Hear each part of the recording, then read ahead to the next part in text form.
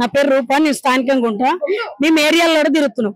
మైనారిటీలే మాకు బ్రహ్మనాథం పడుతున్నారు. ఎందుకంటే కరోనా నుంచి బియ్యం తింటున్నారు.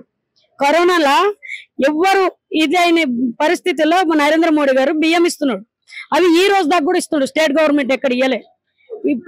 10 సంవత్సరాలు టీఆర్ఎస్ గవర్నమెంట్ కాదని ముందు 10 సంవత్సరాలు కాంగ్రెస్ గవర్నమెంట్ కి అవకాశం ఇచ్చినాం. తర్వాత టీఆర్ఎస్ గవర్నమెంట్ కి 10 సంవత్సరాలు ఇచ్చినాం. 20 సంవత్సరాలు అక్కడ అయిపోయింది. ఇప్పుడు 2-3 సంవత్సరాలు అవ్వొస్తుంది. ఇప్పుడు దాకా ప్రజలకు ఏం న్యాయం జరగలే. ఇప్పుడు ఒకసారి బీజేపీకి అవకాశం ఇచ్చి రోడ్లు బాగు చేయడము, వాటర్ ప్రాబ్లము, డ్రైనేజ్ ప్రాబ్లము మేము సాల్వ్ చేయించుకుంటాం. బీజేపీ వాళ్ళతో కొట్లాడి ఇప్పుడు బీజేపీ కోటేస్తామని చెప్తారమ్మ జనాలు. అయితే మరి ఇక్కడ నవీన్ యాదవ్ కాంగ్రెస్ పార్టీ నుంచి నవీన్ యాదవ్ కి టికెట్ ఇచ్చారు. అయితే నవీన్ యాదవ్ స్థానికుడు, ఆయన ఖచ్చితంగా వాళ్ళకుండేటివి వాళ్ళకున్నాయి, మాకుండే అసలు మాకున్నాయి. వాళ్ళకుండేటివి వాళ్ళకున్నాయి, మాకుండే అసలు. మేము 100కి 1% మేము గెలుస్తున్నాం. 100కి 1% మేము గెలుస్తున్నాం. ఎందుకంటే ముస్లింస్ మైనారిటీలు మాకు బ్రహ్మనాథం పడుతున్నారు. నేను తిరుగుతున్నా ముస్లిం బూత్ లో 169 ఉండే బూత్ ఇప్పుడు వేరే ఇది అయింది. ఆ బూత్ లో నిన్ను 4 రోజుల నుండి నాకు శక్తి కేంద్రం ఇన్ఛార్జ్ చేశారు. నేను తిరుగుతున్నా. వాళ్ళ ఇళ్లలో మనం పనులు చేస్తున్నాం కాబట్టి వాళ్ళు బ్రహ్మనాథం పడతారు. కరోనా నుంచి బియ్యం తింటున్నాం కాబట్టి ఈ ఒక్కసారి అయితే మీకే ఓటేస్తాం రూపక్క అని చెప్తారు. అయితే ఇంకొక విషయం ఏంటంటే బీఆర్ఎస్ పార్టీ కాంగ్రెస్ పార్టీ ఈ రెండే ఎక్కువ పోటాపోటీగా ఉన్నాయి. బీజేపీ వాళ్ళ 2 పార్టీల్లో ఏదో మాకు పోటీ ఉంది కానీ మాకేది లేదమ్మా. మేము ఫస్ట్ దాంట్లోనే ఉన్నాం. ఓటింగ్ లో ఫస్ట్ లే ఉన్నాం, గెలుపులో కూడా ఫస్ట్ లే ఉన్నాం. నమస్తే మేడం. నమస్తే అమ్మా. సో బీజేపీ పార్టీ ప్రచారం ఏ విధంగా వెళ్తుందండి? ఇప్పుడు ఆల్మోస్ట్ ఆల్ మీరు నాకు తెలిసి ఇప్పటి వరకు చాలా గల్లీలు, నాకు తెలిసి చాలా డివిజన్లు కూడా తిరిగే వచ్చి ఉంటారు జూబ్లీ హిల్స్. మీకే తెలిసి ఉండాలని చెప్పేసి మేము అనుకుంటున్నాం. ఎందుకంటే మరి ఆల్రెడీ విన్ అయిపోయింది. మానసికంగా వాళ్ళు చాలా ఒత్తిడి పడుతున్నారు. కానీ మాకు ఎక్కడ చూసుకున్నా కూడా మెజారిటీ అనేది వాళ్ళు మెజారిటీ కోరుకుంటున్నారు అంతే. కాకపోతే మేము ఎప్పుడో గెలిచిపోయాము. అది ఆల్రెడీ ప్రజలు ఫైనల్ అయి ఉన్నారు. మా బీజేపీ పార్టీకే ఓటు వేయాలని చెప్పేసి వాళ్ళు ఫైనల్ అయ్యారు. అలాగే బీజేపీ గెలవబోతుంది, గెలుస్తుంది ఖాయం ఇక్కడ బీజేపీ. అయితే ఇక్కడ బీఆర్ఎస్ పార్టీ నుంచి ఏమో మాగంటి సునీతను అభ్యర్థులు అందించారు కదా. సో ఆమెకి సింపతి వర్కౌట్ అయ్యే అవకాశం ఉందంటారు. ఎందుకంటే ఆమెకి రాజకీయ అనుభవం కూడా లేదు. సో ఇప్పుడు ఆమె స్టార్ట్ చేస్తుంది కాబట్టి దానిపై మీరు ఏమంటారు? ఇప్పుడు రాజకీయ అనుభవం లేనటువంటి ఒక మహిళ ప్రజలకు రేపొద్దున ఏ విధంగా తను సహకరిస్తుంది, ఏ విధంగా అభివృద్ధి పనులను ముందుకు తీసుకెళ్తుంది. ఇప్పుడు ఫండ్స్ ఉన్నాయి. ఇప్పుడే చెప్పారు, మా జిఎస్ గారు చెప్పారు, ఫండ్స్ అనేది ఇవ్వడానికి మన ప్రభుత్వం దగ్గర లేదు, కాంగ్రెస్ గవర్నమెంట్ దగ్గర లేదు. మరి ఏ విధంగా ఫండ్స్ తోటి మీరు ముందుకు తెచ్చి ముందుకు వెళ్దామని చెప్పేసి మీరు అనుకుంటున్నారు? మీ సీఎంఏ మీ ప్రజల ముందర డిక్లేర్ చేశారు ఫండ్స్ లేవని చెప్పేసి. మరి మీరు ఎట్లాగా ఫండ్స్ తెస్తారు? ఎట్లాగా అభివృద్ధి పథకంలో ముందుకు తీసుకెళ్తారు? మీరు ఒక్క హామీ ఇవ్వండి. ఎట్లా ముందుకెళ్తారు? ఎక్కడి నుంచి ఫండ్స్ తెస్తారు? ఒక హామీ ఇవ్వండి. హామీ ఇచ్చిన తర్వాత ప్రజల దగ్గరికి వెళ్ళండి. అవి ఒక్కటి కోరేది అదొకటి. మీ సీఎంఏ డిక్లేర్ చేస్తున్నాడు ఫండ్స్ లేవని చెప్పేసి. మరి మీరు ఎట్లా ముందుకెళ్తారు? ఇటు కాంగ్రెస్ పార్టీ అభ్యర్థి ఎవరైతే నవీన్ యాదవ్ ఉన్నారు, ఆయననేమో మా గెలుపు ఖాయం, మేము కేవలం మెజారిటీ కోసం మాత్రమే ప్రయత్నిస్తున్నామని అంటున్నారు. దానిపై ఇప్పుడు మెజారిటీ కోసం వాళ్ళు ప్రయత్నిస్తారు. మా మెజారిటీ ఎప్పుడో ఫిక్స్ అయిపోయింది. ఆల్రెడీ ప్రజలు వాళ్ళ మైండ్లో ఫిక్స్ చేసుకొని బీజేపీని గెలిపించాలని చెప్పేసి వాళ్ళు అనుకొని ఉన్నారు. బీజేపీ పార్టీ గెలవడం గ్యారంటీ, గెలుస్తుంది కూడా. అలాగే ఇంకోటి నవీన్ గారు, ఆయన నవీన్కి బ్యాక్గ్రౌండ్ తీసుకుంటే ఏముంది, ప్రజలను ఒక్కసారి అడిగితే తెలుస్తుంది. నేను చెప్పాల్సిన అవసరం లేదు. ఎక్కడ చూసినా గూండాయిజము, అట్లాగే హత్యలు, దోపిడీలు, ఎక్కడ చూసినా కూడా మహిళలను కూడా చెరబట్టిన సందర్భాలు కూడా ఉన్నాయి. అటువంటిది ఈయన గెలిస్తే ఇంకా ముందు ముందు ఎట్లా ఉంటుందో జూబ్లీ హిల్స్ లో ఒకసారి ఆలోచించుకోవాలి. నేను చెప్పదలుచుకున్నది ఒకటే, గూండాయిజానికి అలాగే దోపిడీ ఇజానికి గనక మీరు తల ఒగ్గినట్లయితే మీ జీవితాన్ని మొత్తం సర్వనాశనం చేసుకున్నట్లే అని చెప్పేసి మీ ప్రజలకు చెప్పబోతున్నాను. ఈ జూబ్లీ హిల్స్ ఎన్నికలు అనేవి ఇజ్జత్ కా సవాళ్ళు. బీజేపీ గెలిస్తే ప్రజలు గెలిచినట్లు, బీజేపీ ఓడిపోతే అది నవీన్ యాదవ్ గెలిచినట్లు అవుతుంది. సో ఇక్కడ మైనారిటీస్ ఎక్కువగా ఉన్నారు కదా. సో బీజేపీ మరి మైనారిటీస్ విషయంలో ఏ విధంగా ముందుకు వెళ్తుంది? మీరు మైనారిటీస్ ఎక్కువగా ఉందని చెప్పేసి మీరు ఎట్లా అనుకుంటారు చెప్పండి? ఇక్కడ మైనారిటీస్ ఒక 10 to 20% ఎక్కువగా ఉంటే వాళ్ళు విన్ అవుతారని చెప్పేసి మనం చెప్పగలుగుతామా? లేదు కదా. ఇప్పుడు డిసైడ్ చేసేది ప్రజలు. ప్రజలు డిసైడ్ చేస్తున్నప్పుడు మైనారిటీ ఓట్ల మీద ఎట్లా డిపెండ్ అయి ఉంటుంది? ఇక్కడ ఆల్ క్యాస్ట్లు ఇక్కడ ఉన్నారు. అటువంటిప్పుడు మైనారిటీలు, ఎస్సీ ఎస్టీలు, బీసీలు అది కాదు కదా. ప్రజలు ఒక్కసారి డిసైడ్ అయిన తర్వాత మైనారిటీలు లేదు, ఏది లేదు. అటువంటిప్పుడు ప్రజల చేతిలో వాళ్ళకు ఓటు అనేటువంటి ఆయుధం ఉన్నప్పుడు గెలిపించగలిగే శక్తి వాళ్ళు అనుకున్నప్పుడు వాళ్ళే ముందుకు తీసుకెళ్తారు బీజేపీ పార్టీని. ఆంధ్రప్రదేశ్ లో కూటమి ప్రభుత్వం ఉంది కదా, బీజేపీ కూడా పొత్తులో ఉంది. మరి ఆ పొత్తులో భాగంగానే ఇక్కడ తెలంగాణలో టీడీపీ వ్యక్తి చంద్రబాబు నాయుడు గాని లేకుంటే పవన్ కళ్యాణ్ గాని వీళ్ళు ఎవరైనా ఇక్కడ వచ్చే అవకాశం ఉందంటారా? అది అధిష్టానం డిసైడ్ చేసి వాళ్ళ కనుక ఏదైనా సూచన ఉంది అని అంటే వాళ్ళు కూడా వచ్చి పాల్గొంటారు. పాల్గొనడంలో తప్పు లేదు, మద్దతు ఇవ్వడంలో కూడా తప్పు లేదు. ఇప్పటికే ఆల్రెడీ టీడీపీ కూడా అఫీషియల్ గా ప్రకటించింది మా మద్దతు బీజేపీ పార్టీ అభ్యర్థికేనని.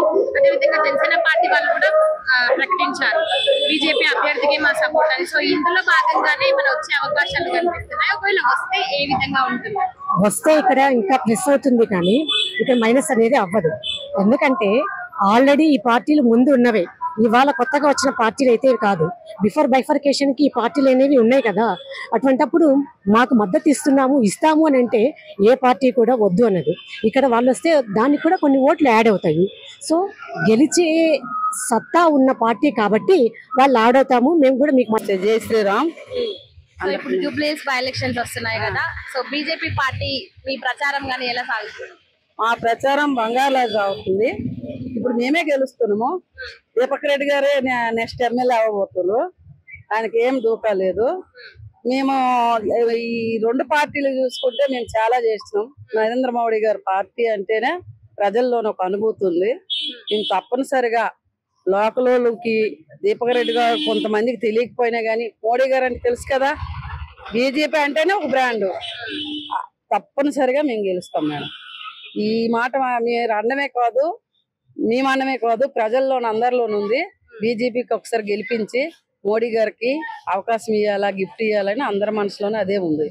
అయితే ఇప్పుడు ప్రతి పార్టీ వాళ్ళ పార్టీకి సంబంధించిన 40 మంది స్టార్ క్యాంపెయినింగ్ లిస్ట్ ను ప్రవేశపెట్టింది. అయితే బయట వినిపిస్తున్న ఊహాగానాలు ఏంటంటే ఇప్పుడు ఆంధ్రప్రదేశ్ లో చూసుకున్నట్టయితే బీజేపీ కూటమి పొత్తులో ఉంది. So Pavan Kalyan, deputy CM Pavan Kalyan గారిని ఇక్కడ తెలంగాణ బీజేపీ ప్రచారంలో దింపే అవకాశాలు ఏమైనా ఉన్నాయంటారా? ఉంటాయి తప్పనిసరిగా. మా పెద్దలు ఆలోచన చేస్తున్నారు ఎవరికి తీసుకురావాలా, ఎవరు తను మాట్లాడించాలా, ప్రచారం చేయించాలని మా పెద్దలందరూ ఆలోచనలోనే ఉన్నారు. ఇప్పటి వరకు బయట పెట్టలేదు. బయట పెడితే మేము తప్పనిసరిగా చెప్తాం. వాళ్ళు పవన్ కళ్యాణ్ ఇక్కడ ప్రచారానికి దిగితే ఏ విధంగా ఉండబోతుందంటారు? పవన్ కళ్యాణ్ గారు రావచ్చు, చంద్రబాబు గారు కూడా రావచ్చు, రామ్మోహన్ నాయుడు గారు కూడా రావచ్చు, అందరూ వస్తారు మేడం. బీజేపీ మోడీ గారు, దీపక్ రెడ్డి గారు నిలబడ్డారంటేనే బ్రహ్మాండంగా ప్రజల్లోనికి వెళ్ళిపోయింది మాట. తప్పనిసరిగా అందరూ వచ్చి క్యాంపెయినింగ్ చేస్తారు. అయితే ఇటు కాంగ్రెస్ పార్టీ అభ్యర్థి అయిన నవీన్ యాదవ్ ఏమో ఆయన స్థానికుడు, ఆయన ఖచ్చితంగా గెలుస్తాడు, ఏమంటారు జస్ట్ మెజారిటీ కోసం మాత్రమే ట్రై చేస్తున్నాము, ఖచ్చితంగా గెలిచేది కాంగ్రెస్ పార్టీని అని వారు మాట్లాడుతున్నారు. సో దానిపై మీరేమంటారు? మేడం ఆయన ఎంఐఎం తరఫున ముందుసారి నిలబడ్డారు. కాంగ్రెస్ హిందువులు బంధువులు అంటే ఇప్పుడు నమ్మేటట్టు ఎవరు లేరు. ఆయన ఒకసారి ఎంఐఎం కు నిలబడిన తర్వాత మేము మళ్ళీ హిందువుల పక్క మేము న్యాయం చేస్తామని వచ్చినా గానీ అది కరెక్ట్ కాదు. అది ఈసారి ఆయన తప్పనిసరిగా ఓడిపోతాడు మేడం. హిందువులు నమ్మరు. ఎవరు నమ్ముతారు? ముస్లిమ్స్ కూడా చాలా మంది మనలోనే మనకి ఆమోదించిన వాళ్ళు చాలా మంది ఉన్నారు. ట్రిపుల్ తలాక్ వచ్చిన తర్వాత మహిళలందరూ మనకే ఆమోదిస్తున్నారు. ఈవేళ రేపు ఏం ఆలోచిస్తున్నారు? క్యాస్ట్ ఇవన్నీ ఏం చూడట్లేదు. మన అధినాయకులు, దేశ నాయకులు పెద్ద నాయకులు ఎలాగున్నారో, మోడీ గారు ఎలాగా నడిపిస్తున్నారో దేశం అనేదే ఇప్పుడు మెయిన్ పాయింట్. మనము మోడీ గారు లాంటి మనిషికి మళ్ళీ చూడగలమా? చూడలేము. మీ అందరికీ తెలిసిన విషయమే. అలాంటి మనిషి ప్రధానమంత్రిగా ఉన్నప్పుడు మన దేశం బాగుపడాలా, మన ఏరియా బాగుపడాలి. ఇప్పుడు ఇది అనుకోకుండా వచ్చిన ఎలక్షన్. ఈ ఎలక్షన్ లోను కూడా ఆయనకు ఒక గిఫ్ట్ ఇచ్చేటట్టు మన మహిళలందరూ కూడా సహకరించి ముస్లిం సోదరులు సోదరులు అందరూ సపోర్ట్ చేస్తారని నేను అనుకుంటున్నాను. దీపక్ రెడ్డి గారికి తప్పనిసరిగా గెలిపించి వాళ్ళ తాతగారు ఫ్రీడమ్ ఫైటరు, వాళ్ళ నాన్నగారు సైనికుల్లో పనిచేశారు. ఆ బాబు కూడా దేశానికి ఎంతో కొంత సేవ చేయాలని మనలోనికి రావడం జరిగింది, ప్రజల్లోనికి. ఆయనకి తప్పనిసరిగా గెలిపిస్తారని నా నమ్మకం మేడం. అయితే బీఆర్ఎస్ పార్టీ నుంచి ఏమో మాగంటి సునీతకు టికెట్ ఇచ్చారు కదా, మరి ఆమె సింపతి ఏమైనా వర్కౌట్ అవుతుంది? సింపతి అంటే బీఆర్ఎస్ ఏదో కావాలని తీసుకొచ్చింది మేడం. వాళ్ళ భర్త పోయినారు, ఆమె బయటకు రాని మనిషి, బయటకు తిరగని మనిషి, రాజకీయ అనుభవం లేదు. ఆమె ఏ బస్తీ ఎక్కడ ఉందో, ఏ ఏరియా ఎక్కడ ఉందో, ఎటు పోవాలో ఎటు రావాలో ఆమెకు అర్థం కాదు. అలాంటి మనిషికి తీసుకొచ్చి కేటీఆర్ గారు, కేసీఆర్ గారు ప్రజల్లోకి తీసుకెట్టి నిలబెడితే ఎంతవరకు కరెక్ట్ ఆ మాట? ఆమెను సపోర్ట్ చేయండి అని ప్రజలకు అడుగుతున్నారు. ఆమె మీద మనకు అందరికీ సానుభూతి ఉంది, భర్త పోయాడు కాబట్టి. కానీ మనం ప్రజలకు న్యాయం చేసేటట్టు పోవాలి కదా. ఆమె చేయలేదేమో, ఆమెకి ఓట్లేసి గెలిపించిన ప్రజలు ఆలోచన చేయాల. ఈసారి మాత్రం దీపక్ రెడ్డికి తప్పనిసరిగా గెలిపియాలా. మనం అందరము ఆ కోరుకునేది కోరిక, మన ప్రజలు జూబ్లీహిల్స్ ప్రజలు కోరిక నెరవేర్చాలని నరేంద్ర మోడీ గారికి మన హాల్ ఇండియాలోన జూబ్లీహిల్స్ అంటే మన తెలంగాణ ఆంధ్రాకే కాదు, ఈ ఏరియా ఒక ఫిల్మ్ ఇండస్ట్రీ ఏరియా, మన దేశం అంతటి కూడా గొప్ప ఏరియా జూబ్లీహిల్స్. కానీ కొన్ని దగ్గరలో స్లమ్లాగే ఉన్నాయి మేడం. మేము తిరుగుతున్నాం కదా, ఇవన్నీ బాగుపడాలంటే ఖచ్చితంగా మన దీపక్ రెడ్డి గారు గెలవాలా. సెంట్రల్ మినిస్టర్లు ఉన్నారు మనకిద్దరు, మన కృష్ణరెడ్డి గారు ఉన్నారు, బండి సంజయ్ గారు ఉన్నారు. ఏమైనా నిధులు తీసుకొచ్చి ఈ నియోజకవర్గానికి న్యాయం చేస్తారని మాకు కూడా ఆశ ఉంది. మీ అందరు కూడా ఆశపడాలా. ప్రజల్లోనికి ఈ మాట మమేకంగా వెళ్ళాలా, గెలిపించాలని నేను మరీ కోరుకుని సెలవు తీసుకుంటున్నాను మేడం. నమస్తే.